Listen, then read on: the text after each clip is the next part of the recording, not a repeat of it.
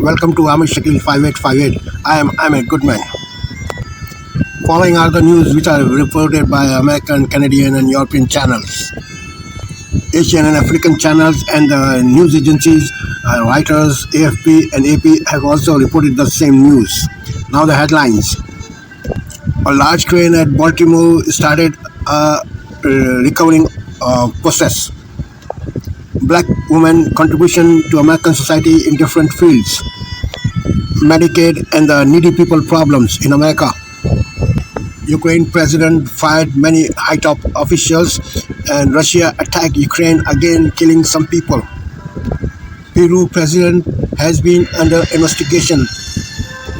Israel attacked Lebanon again, injuring some UN personnel. A food ship for Gaza is ready to arrive. Cocoa cost in Canada increasing. Turbulence in flight. Pope condition is in secret. Rain, storm, snow, flood in Northern California. Now the news in detail. Mike Vecchione is in the house, my man. Thank you for having me. Congrats on the worst kind of thoughtful. We all love it. I want the audience to understand what you did is kind of artsy and cool. Right, yes. You had other people play you. And Right. I mean, I just feel like we're all kind of narcissists for doing our own comedy specials. So I said, you know what, I'm going to take this one off, and I just enlisted my friends, family, other great stand-up comedians. They did each track. So it started as an album, and I adapted it to a special that's available on YouTube. How much of this is art, and how much of it is you not wanting to get in shape for a shoot? That's exactly. That Rocky IV soundtrack only takes you so far these I'm days. an overeater. You know that. Right there with The Italians are overeaters. I love this. Let me get to know Mike Vecchione, the development comedian, because I know the star. Well, can I just say I'm wearing purple? I don't know if you guys acknowledge God on this podcast, but it's Easter week. It is a thing. It's a thing. We do have purple. yeah. I don't know if you guys. I went with this. Oh, okay. I just love how you called his show a podcast. Yeah, no, he did. Listen, we're having a good time. I mean, the way I'm dressed, it might be. He's just going by numbers. So thank you for coming on the Coming Out show. I'm your host, Jimmy Phelan. Thank you for coming out to Coming Out. I love it. Who was your favorite comic as a kid? We've never had this discussion. For all the times we've I'll tell you what, I was a big Richard Jenny. Yeah, you were. Dom Irera. There you go. I love it. I just did Dom's podcast. Oh, is that true? Yeah, it's really unreal. He's really funny, and it never backs. Like, Very funny. You know what's funny? Because he's so Italian and over the top. Yeah. It reminds me of. Yeah. I love Kevin Meaney. Yes. Remember Kevin Meaney? Yeah. He closed Big up. pants people. I'm a big pants. Yeah, people. God rest his soul. Rest in peace. But he was, I got to know him. You knew him. I knew him.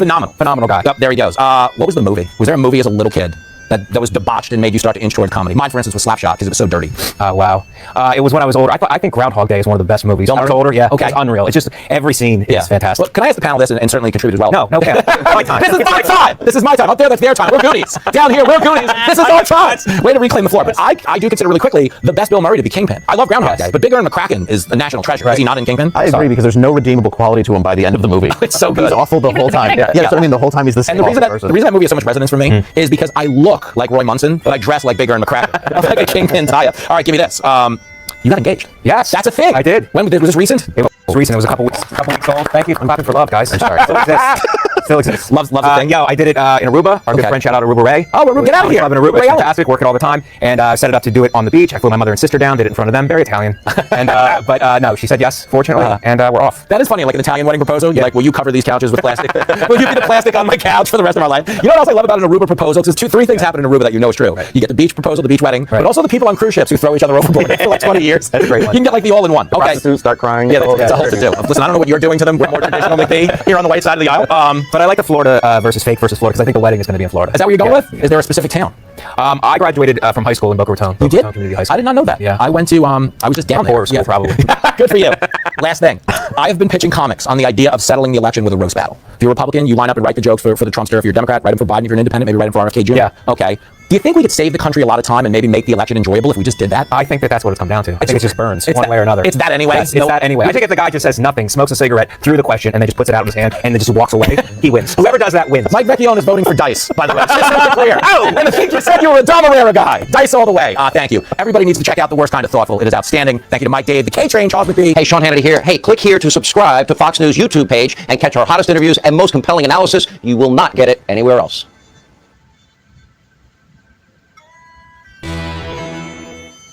Many of us are old enough to remember when the first phones went mobile, the big fat bricks we all carried around if you had some money, to the beepers that we had on our belts. Then came the Nokia phone. Then the rise of the flip phone. You thought you were so cool. It made everyone reachable. It's kind of convenient. Then came the BlackBerry, which changed the game, right? But we didn't have a lot of video then. Not even 2 decades after the cell phones made their debut, though, a revolution took place. The release of the iPhone. The dawn of the smartphone in the late 2000s was about to change the communication game yet again, and to the amazement of us all. But now, fast forward another 20 years or so, the ubiquity of the smartphone is yielding undesirable results, and we all know it. Teens raised on screens suffer from depression, anxiety, short attention spans, social deprivation. Can this genie be put back in the bottle? Do you see it as the big problem that I do and perhaps most of your neighbors do? Ever the optimist, our next guest says yes, but it will take serious collective actions from parents, from schools, from governments, from neighbors. Please welcome John Haidt. He's a professor at NYU's Business School of Communications, Business School, I should say, not of communications, a psychologist and best-selling author of this book, The Anxious Generation, The Rewiring of Childhood is Causing an Epidemic of Mental Illness. Professor, great to see you. Thanks, Frank. Unbelievable job on your book. Such buzz about it. First off, what makes the smartphone bring in depression and anxiety? So it's not the phone itself, it's the way that we used it once we got a series of technological additions. So the original smartphone was great. I bought one in 2008, it had all kinds of tools on it. But then you get the front-facing camera, so now you get kids taking pictures themselves. You get high-speed internet, so now it's not just about texting, it's about video and consuming a lot of video. And then you get Instagram, which was the first major one designed only to be used on phones. So in 2010, most kids had flip phones. In 2015, they were mostly on smartphones, on Instagram. And when that happens, they're no longer interacting with each other directly. Almost everything's now running through the phone, and that's what messes up child development. And physically, the word development is really, it's physical. It's not just, it's developing your emotional. You're not ready for a lot of this stuff. Well, that's right. So puberty is an incredibly important period in life. It's a period when the brain is literally rewiring at the fastest rate since you were 2 or 3 years old. So the brain is rewiring as you're trying to figure out, who am I? How do things work here? What do I do? How do I become an adult? All those things we're supposed to learn from those who are a little older than us, who are good role models, and our brain is wide open to learning.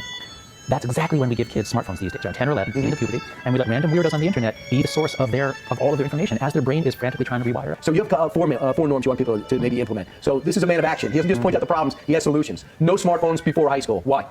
Because it's the having the internet in your pocket, which is so unbelievably distracting. That's what we have to delay as long as we can, and I'm suggesting that we just get it entirely out of elementary and middle school. That line between middle school and high school is a nice dividing line.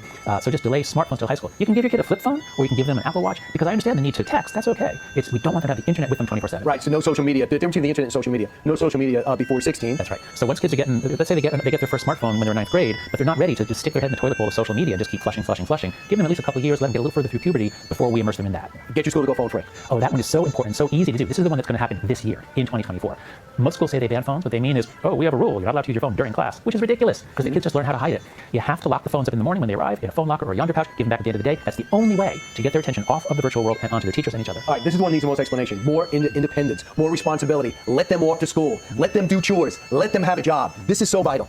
Because that's what normal human childhood is. It's practice at life on a little level to prepare the skills, to learn the skills you'll need as an adult. And in the 1990s, and we sort of took a lot of that away from them. We overprotected kids. Anyone who is over 40 remembers playing outside, getting into trouble, getting lost, finding your way back. Those are essential experiences in childhood. Kids have to have them in order to learn to become independent. And you have this routine graph that there were more broken bones in previous generations. You might think that's bad, but in a way it's good. It shows kids taking risks. Well, that's right, especially because it's especially the teenage boys. That's where you get the big change. Teenage boys used to sometimes break their arms because they were doing things, they were taking risks. Now a teenage boy is less likely to break his arm than his father or grandfather. And just so you know, this is not just to make better kids. If we want a country of entrepreneurs, of risk takers, of future Navy SEALs, people with a sense of purpose, you'll pull back from this technology and you can control it. You make the decisions. And also on TikTok, you're for the ban. Oh my goodness. TikTok is the worst of the worst in terms of its effects on the kids. It's the most influential, and it is insane to me that this company must answer to the Chinese Communist Party according to Chinese law, as I understand it. All right, listen, the book is so important and you offer solutions and you are optimistic we can get a hold of this. Professor, thanks so much. Congratulations. Thanks so much, Brian. All right, just a quick note. I'm going to be on stage talking about everything in history, everything in the news, and having some fun. History, liberty, and laughs. I'm going to be stopping in Henderson, Nevada. It's going to be April 27th. I want you to be there. Go to BrianKilmeade.com. Of course, the last one, Teddy and Booker T.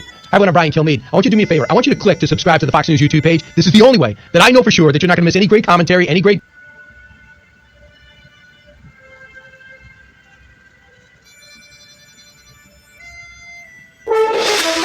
Tonight, the Easter and spring break rush is on.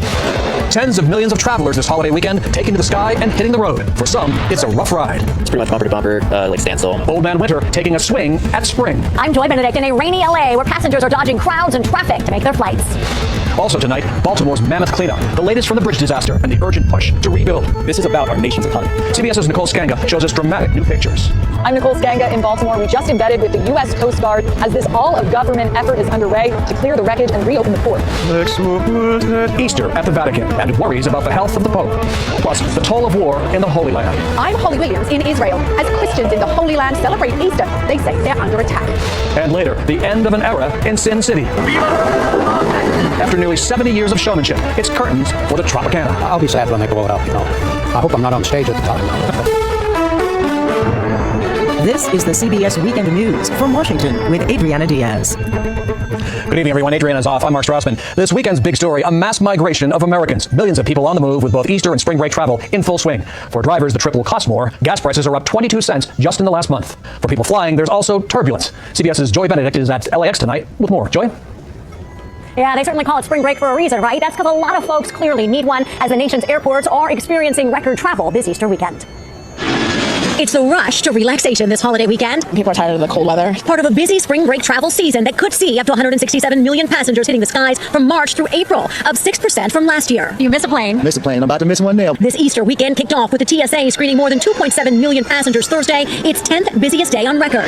And another travel woe. I just had a Dreamliner to attempt to land runway 22 left, 1 around to the windshield. 6 passengers reported minor injuries after this United Airlines flight was forced to abort a landing at Newark Airport Friday due to high winds. It landed safely at an airport 60 miles away. As for the roads, It's pretty much bumper to bumper, like standstill almost. in Northern California, a weekend snowstorm is causing slowdowns for drivers. It almost feels like Christmas. Well, this actually could prove to be the calm before the travel storm, so to speak, as the FAA is predicting even busier travel next week, not only because of spring breakers, but also because of those flying to get a good view of the solar eclipse. Mark? Joey Benedict, thanks. A major storm is taking aim at the U.S. over the holiday. It's a washout along the West Coast, leading to several accidents and evacuation orders in places prone to landslides. From California to Colorado, there are multiple alerts for heavy rain, strong winds, and up to 2 feet of snow in the mountains. The system is expected to storm east and could spin off tornadoes across the plains. Now to the latest from Baltimore. Today, workers began the daunting task of cutting the destroyed bridge into pieces, a critical first step in the urgent effort to reopen the city's blocked port. CBS's Nicole Skanga is there and getting up close to it all with the U.S. Coast Guard. Nicole? Good evening, Mark. Today, our closest look yet at the destruction. CBS News embedded with the U.S. Coast Guard, part of the 24/7 federal and state operation with a central mission to reopen the port. The 9th busiest port in America, now at a standstill. The container ship Dolly trapped under an estimated 2,000 to 3,000 tons of twisted metal. Before the U.S. Coast Guard can reopen this vital shipping channel, authorities are rushing to clear the debris spanning 700 feet. We're about 250 yards away from the site of the bridge collapse. Behind me, you can see 1, 2, 3 cranes poised to lift the wreckage off of the container ship Dolly. A temporary channel is now in the works to get smaller ships moving. If we can open up another one that will help the economy here and move traffic in and out of the Port of Baltimore, even if it's not the deep draft, we want to take advantage of that opportunity. Baltimore-bound container ships now being rerouted to other ports. That cargo will be redistributed between the Port of Virginia, the Port of New York, and the Port of Philadelphia. Baltimore handles more cars and farm equipment than any other port in America. Baltimore is the largest in the nation and certainly by far the largest on the U.S. East Coast, and there isn't a single place that can replace them. The port generates over $5 billion in worker wages, roughly $650 million in state and local tax revenue, and more than 50,000 jobs, including roughly 8,000 port workers, like crane operator John Zapia. We're all wondering how long it's going to take to clear the main channel so we can get ships back in so we can work.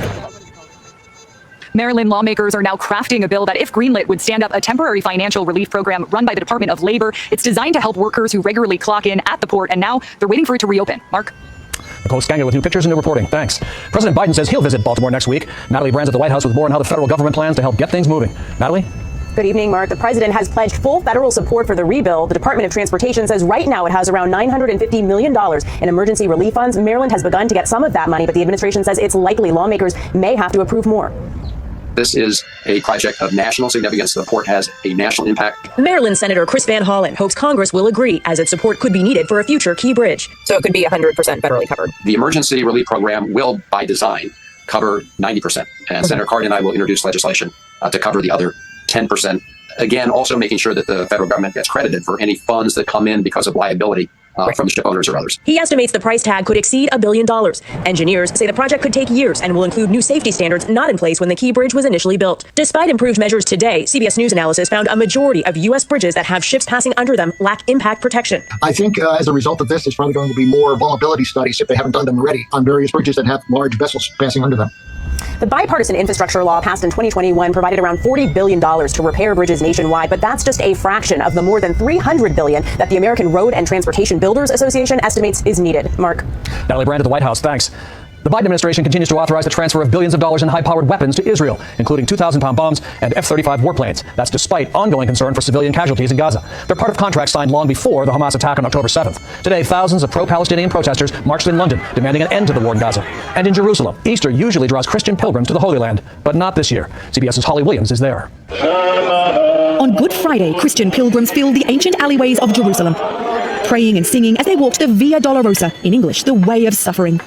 Christians believe that around 2,000 years ago, Jesus walked this route through Jerusalem, carrying the cross to the hill where he was crucified. But this year, the procession was smaller than usual. Many stayed away because of the Israel-Hamas war. Kurt Blackwelder is a minister from North Carolina who made the pilgrimage despite the violence. I wish we could all come together in one spirit, one belief. The trouble here, I understand, is biblical. Jerusalem is a contested city, a holy place for Jews, Muslims, and Christians, claimed as a capital by both Israelis and Palestinians. The tiny Christian community in Jerusalem only numbers around 15,000 believers, many of them Palestinian. and their community is under attack. There's been a spike in assaults by ultra-Orthodox Jews, including spitting at Christians and even desecrating this cemetery. It's very uncommon for people to be arrested. Father Bernard Poggi is from California, but has lived in Jerusalem for 10 years. What's your worst fear for Jerusalem? Our worst fear is that people won't have a right to pray.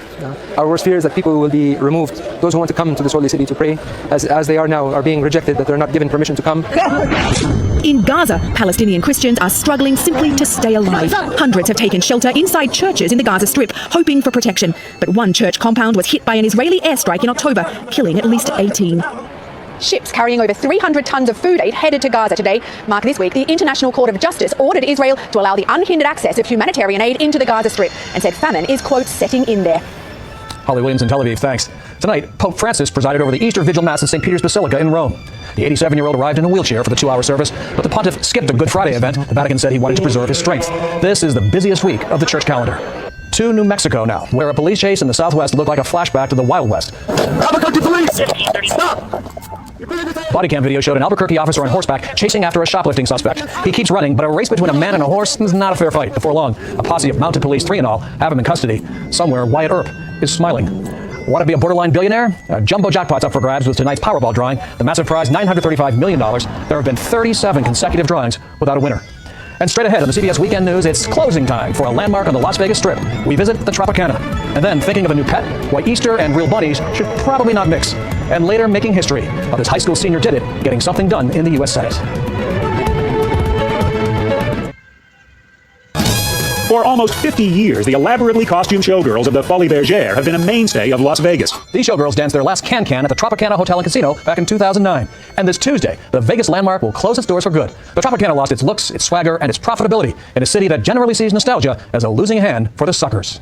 In Las Vegas itself, the tourist doesn't have far to go for entertainment. 1957. A vigilant regard for human liberty. Ike was president, Elvis was king, and the new Tropicana Hotel, the Tiffany of the Strip, kicked up a fuss for Vegas showgirls and suave secret agents.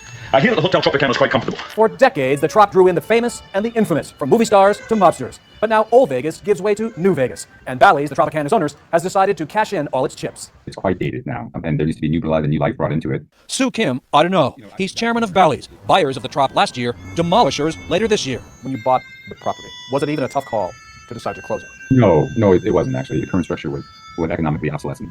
In short, the Trop got old. Tourists got bored. The money moved on. And in New Vegas, Old Vegas often ends up here.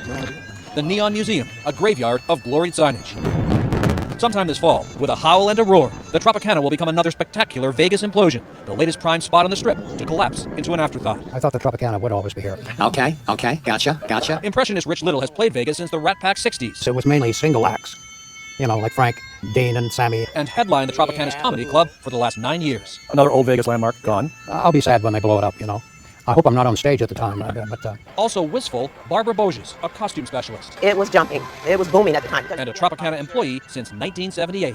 You're sad it's closing, but you get it. There's really nothing they can do to build this place back up, except tear it down and build it back up. Replace it with this, a $1.5 billion baseball stadium, the new home of the relocating Oakland A's.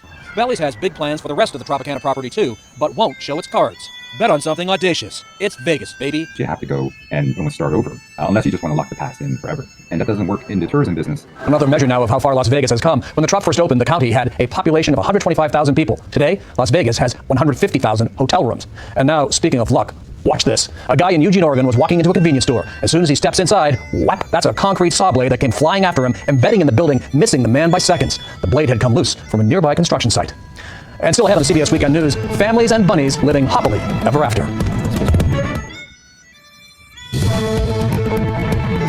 Now a story about the Easter Bunny. No, not that one. I'm talking about real rabbits here. In tonight's Weekend Journal, no bunny knows the story quite like CBS's Itai Hod.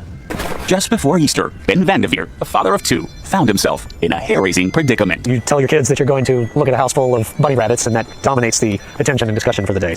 Last year, 9-year-old Delphine and 5-year-old Adrian visited relatives who had a bunny. Since then, it's all they talk about. Which is why Ben decided to take a leap of faith. The little black nose. Heading to a rabbit rescue just north of San Francisco for a little bunny bonding. Girl. Save a Bunny founder Marcy Berman says a lot of parents get their kids bunnies for Easter, but raising a rabbit is a lot of work. Good girl. It's why rescues get full about 2 weeks after Easter, just as the novelty of having a bunny wears off. It's been a super crisis in the Bay Area, and it's probably only going to get worse. According to PETA, about 80% of rabbits bought for Easter will die or be abandoned within the first year. These rabbits are not wild, and so when you set a bunny free, you're just really feeding the wildlife. To try and combat the problem, Save a Bunny now offers a foster to adopt program, essentially giving people a trial run for bunny parenthood. She's about a year old. At the end of the day, the Vandeveers fall in love with Yvette, a mini-lop rabbit with floppy ears. Are you excited about getting a bunny? Sure. As for Delphine and Adrian, they're jumping for joy now that they've found some bunny to love. Itai Hut, CBS News, Mill Valley, California. Next on the CBS Weekend News, a West Virginia teenager whose life is an open book.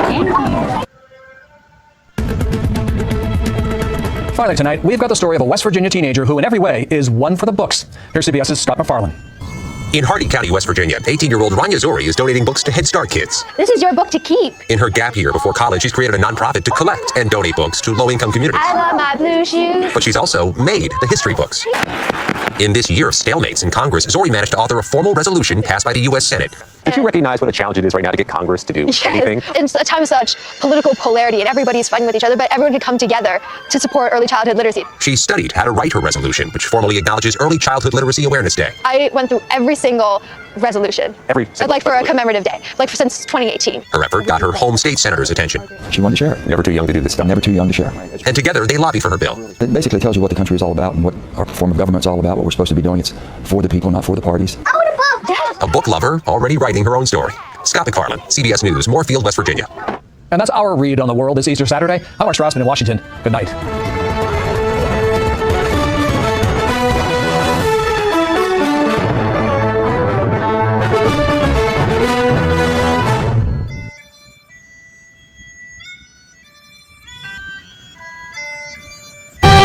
Tonight on PBS News Weekend, the burden on women across the country as the primary caregivers for loved ones. Then, what's at stake for the tens of millions of Americans who rely on Medicaid, the nation's biggest government safety net program? I go to the hospital a lot. I am in and out of appointments constantly. And so without it, there's a lot up in the air about what I could even do, what medications I could have, if I could still afford my medications. And the story of a black woman who dedicated a lifetime to serving her country and her community.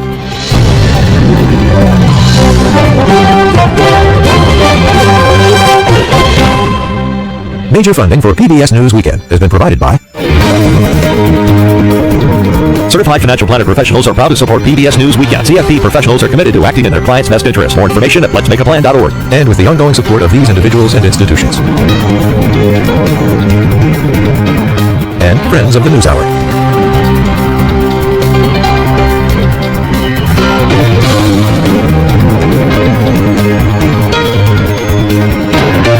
This program was made possible by the Corporation for Public Broadcasting and by contributions to your PBS station from viewers like you. Thank you.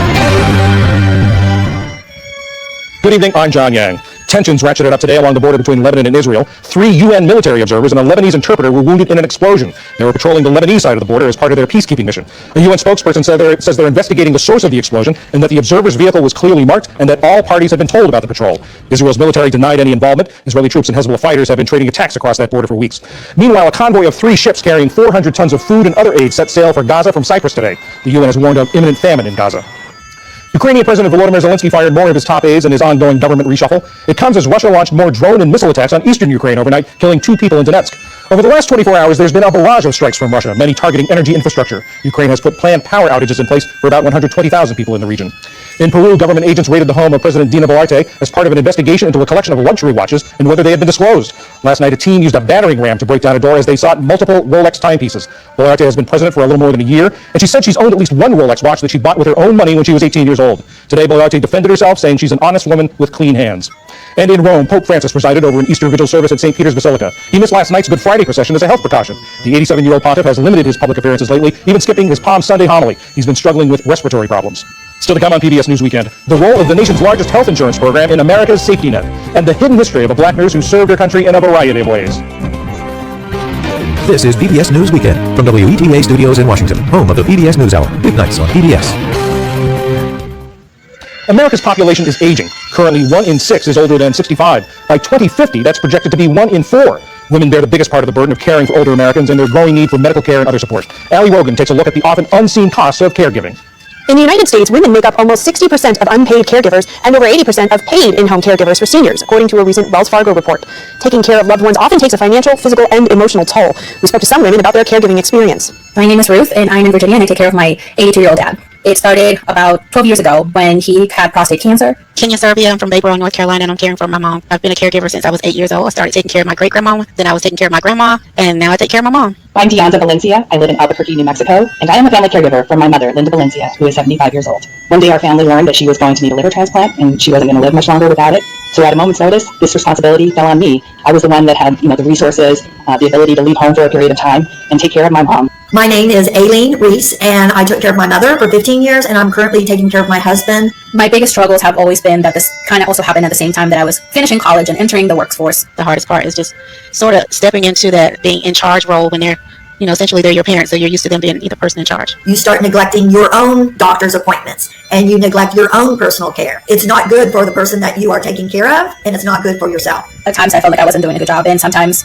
I still feel like I'm not doing a good enough job. I cannot focus at work because my dad, something happened this morning that really worries me, or I can't really be a good caregiver because my job is really stressing me and it's not really giving me the flexibility to be a good caregiver. I literally had to leave a business that I had started up. I left the workforce completely to move to another state. I left behind a husband, and my marriage suffered because of it. It's almost impossible to take care of someone else all by yourself. You really need to surround yourself with a community, a village. Thankfully, I have uncles, cousins, aunts, in-laws, my brother, neighbors, even if they're only able to come long enough to allow me to get a shower. I wish that I would have known that there were others out there like me that were still struggling with the same financial issues, struggling with what to do next, and were frankly tired and could have used a little relief. I also try to give myself as much grace as I can because, I think just showing up is already like 50% of the effort. Just take it one day at a time. There'll be times when you'll get frustrated. There'll be times when you'll be overwhelmed. Stop, take as many breaks as you can. Don't be afraid to ask for help. You'll be surprised how willing people are to help.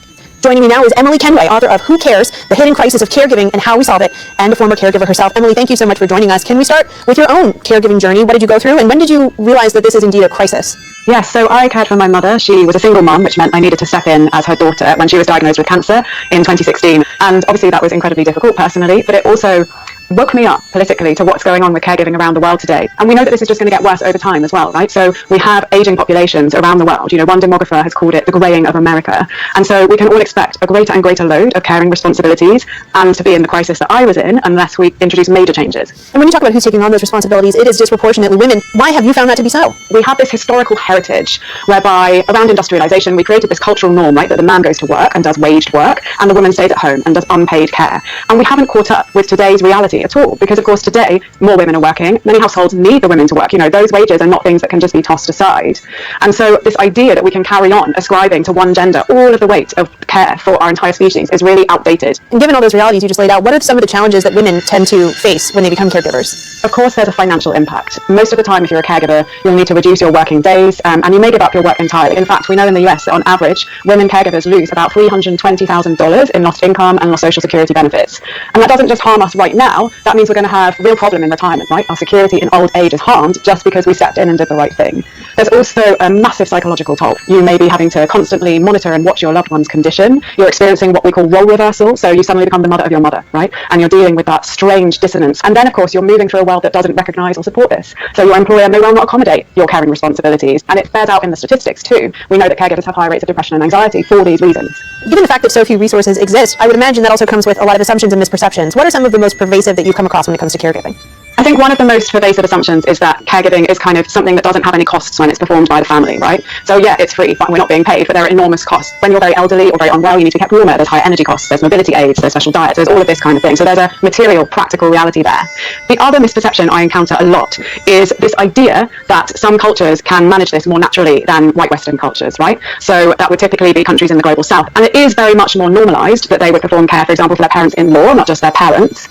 But when you actually listen to them, they are struggling in exactly the same ways as I was, the same ways as women everywhere are, because care is hard. So we have to be very careful of making assumptions based on people's culture, ethnicity, nationality, and so on, and instead see that women around the world, we're all in the same fight here together. And then we hear in the US, 1 in 5 adults right now are working as caregivers. How can we better prepare to care for these aging populations in the years to come? What we need to do here is really recognize that humans are going to have to provide care, and so we need to embed policies that recognize that. That's things like paid caregivers leave from work, right? So at the moment, the Family and Medical Leave Act only provides unpaid leave, and in fact, the Department of Labour found that 41% of private sector employees aren't even covered by it. So there are these fundamental economic policies that we shouldn't even be having to ask for, frankly, because it's so obvious that they're necessary.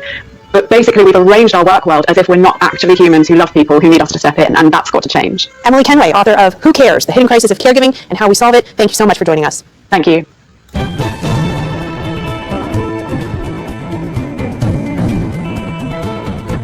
Medicaid is the nation's biggest health insurance program, covering nearly 80 million people. That's more than 1 in 5 Americans. For many people who have low incomes, are disabled, or who are either very young or very old, it's a vital government program in America's safety net. So I thought that would work. But white chocolate covered strawberry sounds amazing. Like most college students, Mara Woods takes full advantage of mom's cooking while home from school. But on top of keeping up with classes and friends, Woods, who uses they/them pronouns, also balances their health. There are definitely concerns about my ability to hold a job if I don't have the proper accommodations, or just kind of figuring out a life as a 21-year-old with a chronic illness. Woods has a rare inflammatory skin condition called hidradenitis suppurativa. It causes painful cysts on their body. They take experimental medications and go to an Atlanta hospital every month for infusions of a drug to reduce inflammation. Can you imagine doing this without Medicaid? Absolutely not. That has been the one thing getting me through this entire process. Without Medicaid, I wouldn't be able to receive this medication. Medicaid is often the unsung hero of our public coverage system. Joan Elker is the executive director of Georgetown University's Center for Children and Families. Not many people are aware that all poor children in this country have a right to Medicaid. Medicaid is also the primary payer for long-term care, and it's a key backbone of healthcare for low-wage workers. The Harry S. Truman Library at Independence, Missouri is the scene of an historic event. Medicaid was one of President Lyndon Johnson's Great Society programs. He signed the bill, creating it in 1965, offering states federal funds for providing basic health care services to families on public assistance and people with disabilities. It's voluntary, but by 1982, all 50 states and the District of Columbia had adopted it. Since then, both Democratic and Republican presidents have signed coverage expansions. By the late 1980s, the program covered all poor children and all low-income pregnant people. On many of the basics, for example, access to prior and preventive care, Medicaid is performing about as well as private insurance. There are differences. Dental care is very hard to access, particularly if you're on Medicaid. Behavioral health care is another area where it's harder to access, but the answer is not to not give people Medicaid, because then they're in worse shape. This is going to take a little while. In 2010, President Barack Obama's Affordable Care Act expanded Medicaid even further, offering states a generous subsidy if they covered all poor adults. Today, more than 21 million adults have Medicaid because of the ACA. The marketplaces were kind of the new shiny toy, but Medicaid was kind of the workhorse, because the Medicaid expansion for poor adults was really the way in which more uninsured people access coverage. We see Congress turn to Medicaid time and time again because it's a system that's been in place, it works. Most recently, Congress adopted a new option to allow states to cover postpartum women and people for 12 months after birth. Sometimes. Dr. Keela Brown is Chief OB/GYN at the Family Health Centers of Georgia. Many of her patients either are on Medicaid or pay on an income-based sliding scale. Pregnancy can be very trying on a patient, whether it's emotionally or physically. And there are a lot of medical issues that can arise during pregnancy or that may have even existed before pregnancy that need continual treatment. Okay? Georgia is one of at least 47 states that expanded Medicaid to cover women for a full year after giving birth. Before, Georgia covered only 6 weeks. That finite period is just not sufficient in order to be able to treat any of those things that may have come about during pregnancy, or even to put them in a better place post-pregnancy, whether it be for any cardiovascular issues, diabetic issues, which primarily reflect the population that we serve. There's also some mental health issues that go along with being postpartum. So how are we doing today? Okay, postpartum. It's been a little different this time around. Okay. Jerica Williams gave birth to her son, Bryce, 2 months ago. Bryce is also covered by Georgia's Medicaid program. I really appreciate Medicaid. It takes a large burden off of me. It takes some weight off my shoulders when it comes to make sure that my child is getting proper health care. During the pandemic, the federal government increased Medicaid funding to states and prohibited them from kicking recipients out of the program even if they were no longer eligible. But when the COVID-19 public health emergency ended last May, states resumed checking eligibility, a process known as unwinding. So far, 11 million people have lost Medicaid coverage, including more than 4.5 million children. Some were no longer eligible, but others were dropped for bureaucratic reasons, like re-enrollment forms sent to an old address. There are many ways that Medicaid is working really to essentially prop up our private health insurance system for people who don't have enough money to be able to afford private coverage, or for people who are disabled for whom the services that you typically get in an employer-sponsored package simply don't meet their needs. In our healthcare system, having coverage is the price of admission. And you're just not going to see a good show in our healthcare system if you're uninsured. College student Mara Woods will soon have to have their eligibility checked. They can't bear to think about the possibility they may lose coverage. It's definitely terrifying. I go to the hospital a lot. I am in and out of appointments constantly. And so without it, there's a lot up in the air about what I could even do, what medications I could have, if I could still afford my medications. So definitely a very stressful time. Tomorrow we continue our series, America's Safety Net, with a look at Georgia's unique and controversial program that expands Medicaid coverage, but only to those who meet a work requirement.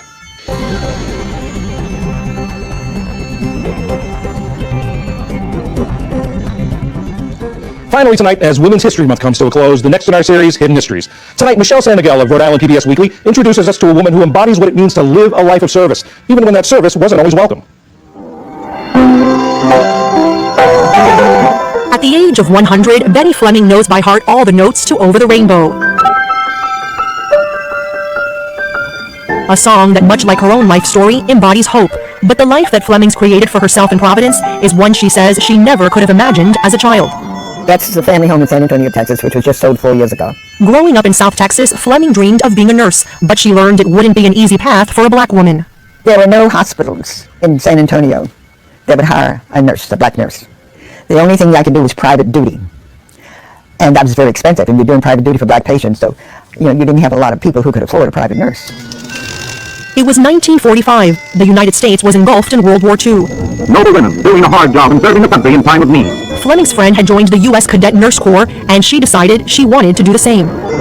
Fleming was 21 when she enlisted in the Army as a second lieutenant. At the time, the armed services were still segregated. You lived in a black dom, while other nurses lived in a white dom. You were separated that way. When she was stationed at Fort Huachuca in Arizona, she met the man who would become her husband, Lieutenant Theodore Fleming, a doctor in the Army. The two went on to witness an historic moment. In 1948, President Harry Truman signed an executive order banning segregation in the military.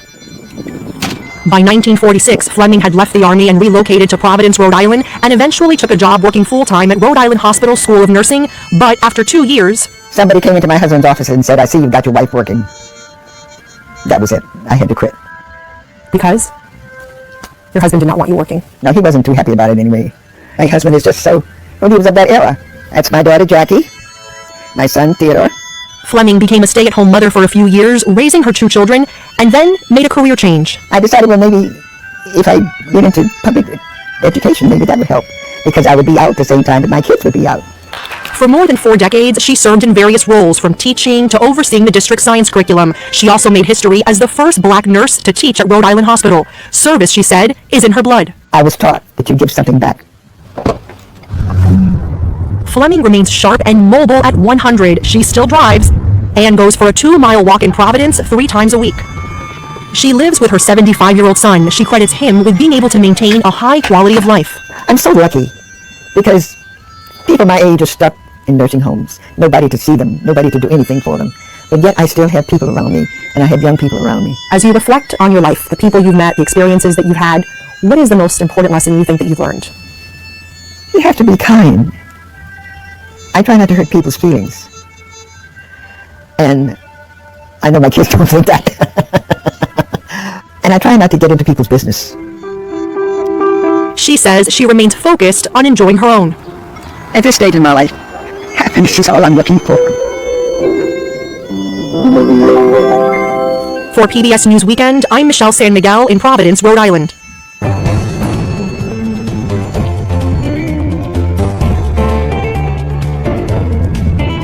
And that is PBS News Weekend for this Saturday. I'm John Yang. For all of my colleagues, thanks for joining us. See you tomorrow.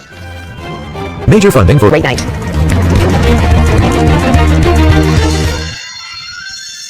Tonight, several developing stories as we come on the air. The terrifying moments on board a United jet, hitting severe turbulence as it tried to land. The incident coming as millions pack airports for the holiday rush. Efforts now underway to clear wreckage from the bridge collapse in Baltimore, cutting into the tons of mangled steel. And authorities in several states intensify efforts to crack down on home squatters. First, millions hit the skies and the roads. The TSA already seeing its busiest travel day of the year so far. Travel numbers reaching levels seen at the height of the Thanksgiving and winter holiday rush. Amid the crunch, a flight from Tel Aviv diverted as it tried to land at Newark Airport, hitting severe turbulence. Several passengers treated for motion sickness. The roads also packed despite higher gas prices. Our team tracking it all. The weather expected to have an impact in the West. More than 20 million Americans on alert for potential flooding as a powerful cross-country storm hits Southern California. Winter weather alerts from the California mountains into parts of the Rockies, creating hazardous driving conditions. That system sweeping east, expected to impact the Northeast early next week. Our weather team timing it all out. The unprecedented around-the-clock salvage effort gets underway in Baltimore. Officials bringing in heavy equipment, beginning the process to move millions of tons of wreckage from the Key Bridge. Our team talking to one of the last people to drive over that bridge before it came crashing down. His first television interview. Oversees the urgent effort to bring aid to Gaza. Gaza, 3 ships loaded with 400 tons of much-needed food set off from Cyprus amid dire warnings of famine. Britt Clennett from Israel.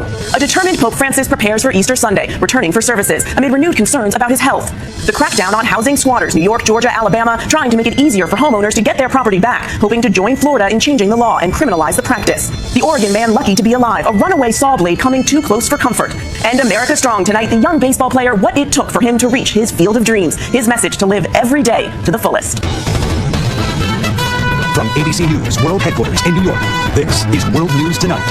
Good evening. Thanks for joining us on this Saturday. I'm Mary Bruce, in for Whit Johnson. We begin tonight with a terrifying air scare just as millions hit the roads for the busy holiday weekend. Several people becoming ill after a United Airlines flight headed from Tel Aviv to Newark, New Jersey encountered high winds and turbulence. That flight diverted about 70 miles northward to Stewart International Airport. Some passengers complaining of nausea, motion sickness, and chest pain. That plane eventually refueling and landing at its original destination, Newark International Airport. All this coming as the TSA screens its largest number of passengers of the year so far, more than 2.7 million on Thursday, outpacing travel on the Friday before Christmas and the day before Thanksgiving. And air travel is expected to get even busier as millions take to the skies ahead of the solar eclipse. ABC's Phil Lipoff leads us off tonight from Newark International Airport.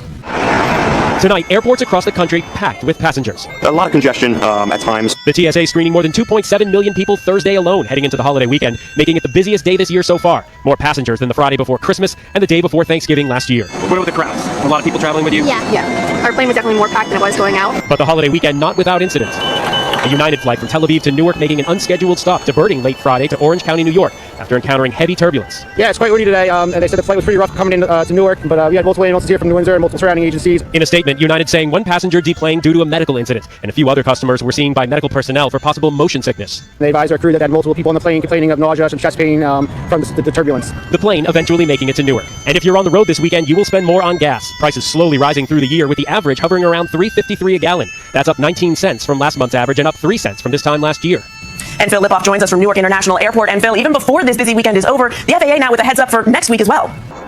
Mary, you're right. The FAA predicting that next week will be the busiest of the spring break travel season. And a reminder, as you mentioned, there is a lot of excitement surrounding this total solar eclipse happening on April 8th. Many people making trips just for that. So travelers can expect some limited parking, even delays at airports right along the eclipse's path from Texas to Maine. Mary? It will be something to see, Phil. Thank you. We turn now to the weather, and millions on alert in the west as a major storm brings flooding and heavy snow. This video capturing the swirling storm closing in on the coast, and heavy snow is slamming the San Bernardino Mountains in Southern California, causing low visibility and stranding drivers. Let's get right to Brittany Bell from our New York station, WABC. She's tracking it all. Brittany, time this out for us. Well, Mary, parts of California will see heavy rain and heavy snow for the rest of the weekend. Let's look at the latest alerts. A flood watch continues for Southern California. Also, winter alert stretching from California all the way to the Rockies. Look at Arizona, the entire state under a wind advisory. Gusts over 40 miles per hour are possible. So still pretty messy on Easter Sunday out west, but nicer the farther east you go. Spots like Oklahoma City and Nashville, high temperatures near 80 degrees and mainly dry. But the severe threat also moves east on Monday. Numerous severe storms are possible, stretching from Texas all the way to Indiana. They could produce damaging winds, very large hail, and tornadoes. Mary? Okay, Brittany, thank you. We move on now to the urgent salvage and recovery efforts in Baltimore. These massive cranes are now being used to remove wreckage from the Francis Scott Key Bridge. Crews are working around the clock after the deadly bridge disaster. And tonight, we're hearing from a motorist who says he was one of the last to cross the bridge before it collapsed. Here's ABC's Jay O'Brien. Tonight, 5 days after the collapse, the first pieces of debris of the Francis Scott Key Bridge blocking Baltimore Harbor now in the process of being removed. The start of a grueling process. Divers and other crews preparing to cut up pieces of the tangled steel to be lifted out of the water. That task made more difficult by dangerous debris. Sharp metal and electrical wires sent flying when that container ship lost power colliding with the bridge. We're talking about wreckage. We're talking about pieces of the Key Bridge that are in the water. State leaders unable to say when the closed port tied to 8,000 jobs will reopen, saying their focus is on recovering the bodies of 4 missing construction workers presumed dead. That blocked off vital roadway, leaving people like Larry DeSantis, the head baker at Herman's Bakery, in the lurch. Every day for 16 years, Larry taking the Key Bridge back and forth, commuting in the overnight hours between his 2 jobs. Larry telling us he was one of the last people to cross that bridge just before its collapse. What was it like seeing that video? Yeah, it was, well, like I said, it makes me think, you know, I mean, I'm really lucky. You're lucky to be alive. No, exactly. I mean, if I had been 1 minute later, I wouldn't be here. Locals here still reeling. Pam Rigby, one of the several catching their first glimpses today of the Baltimore skyline without the Key Bridge. It's different from seeing it on TV than seeing it in real life. Right? You know we're far away. You still feel it.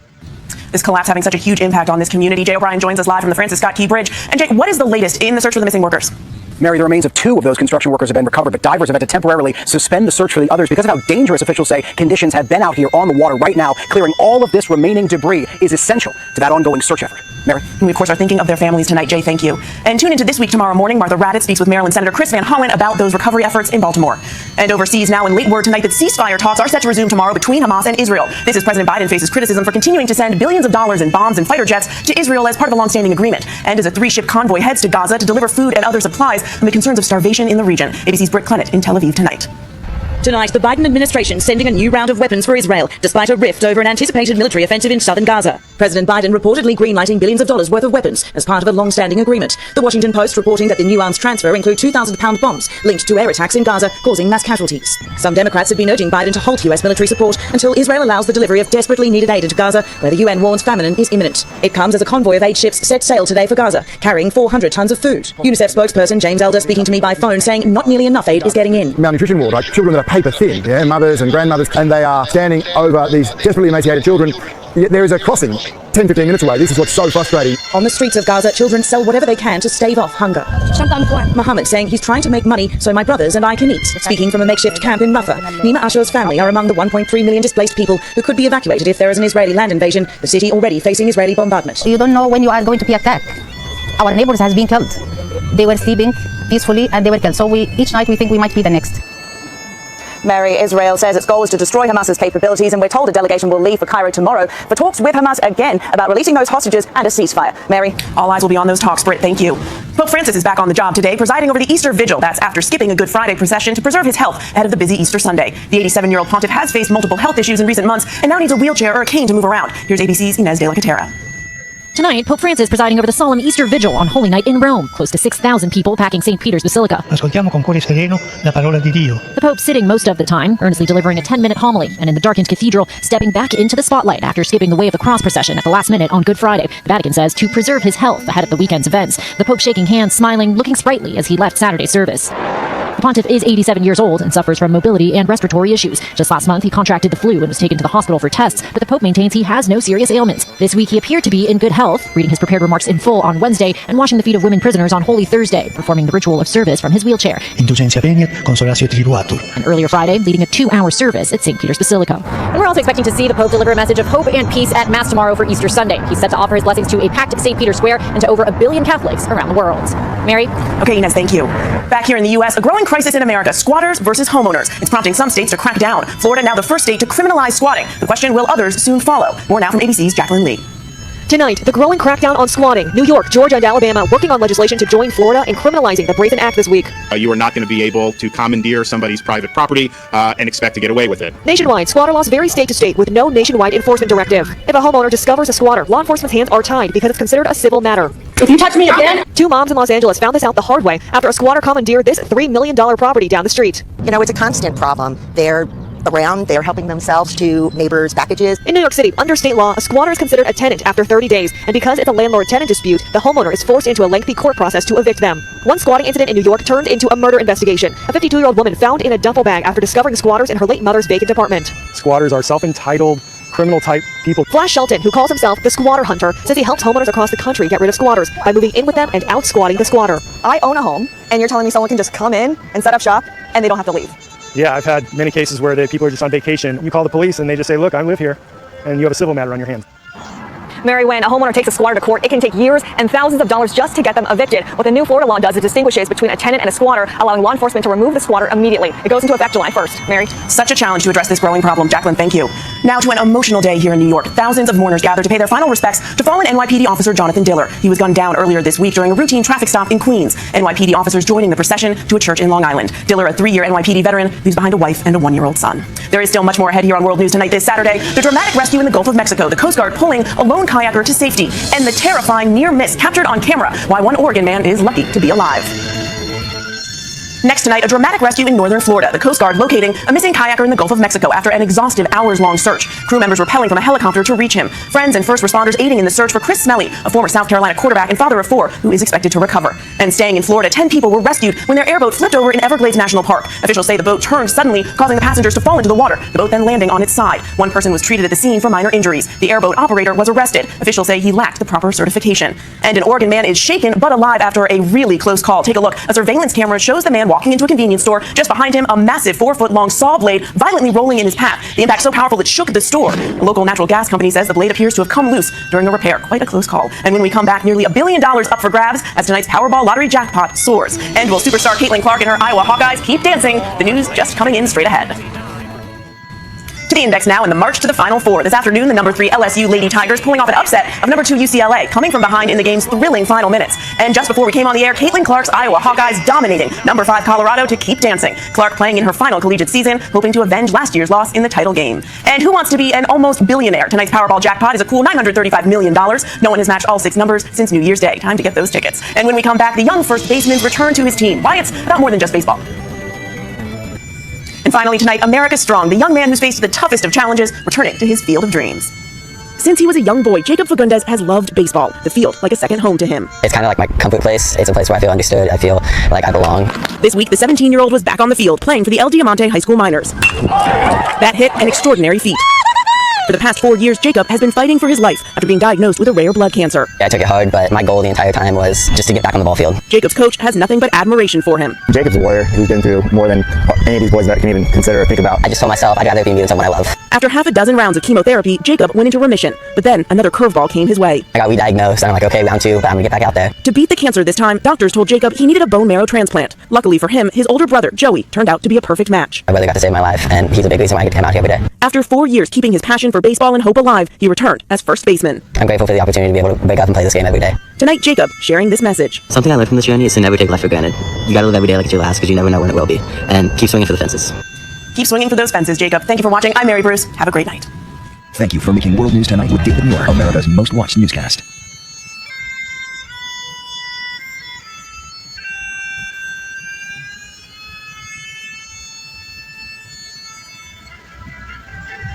Thank you for watching and privilege of your time. This is Amir Shakil 5858. I am Amir Woodman. Have a good life.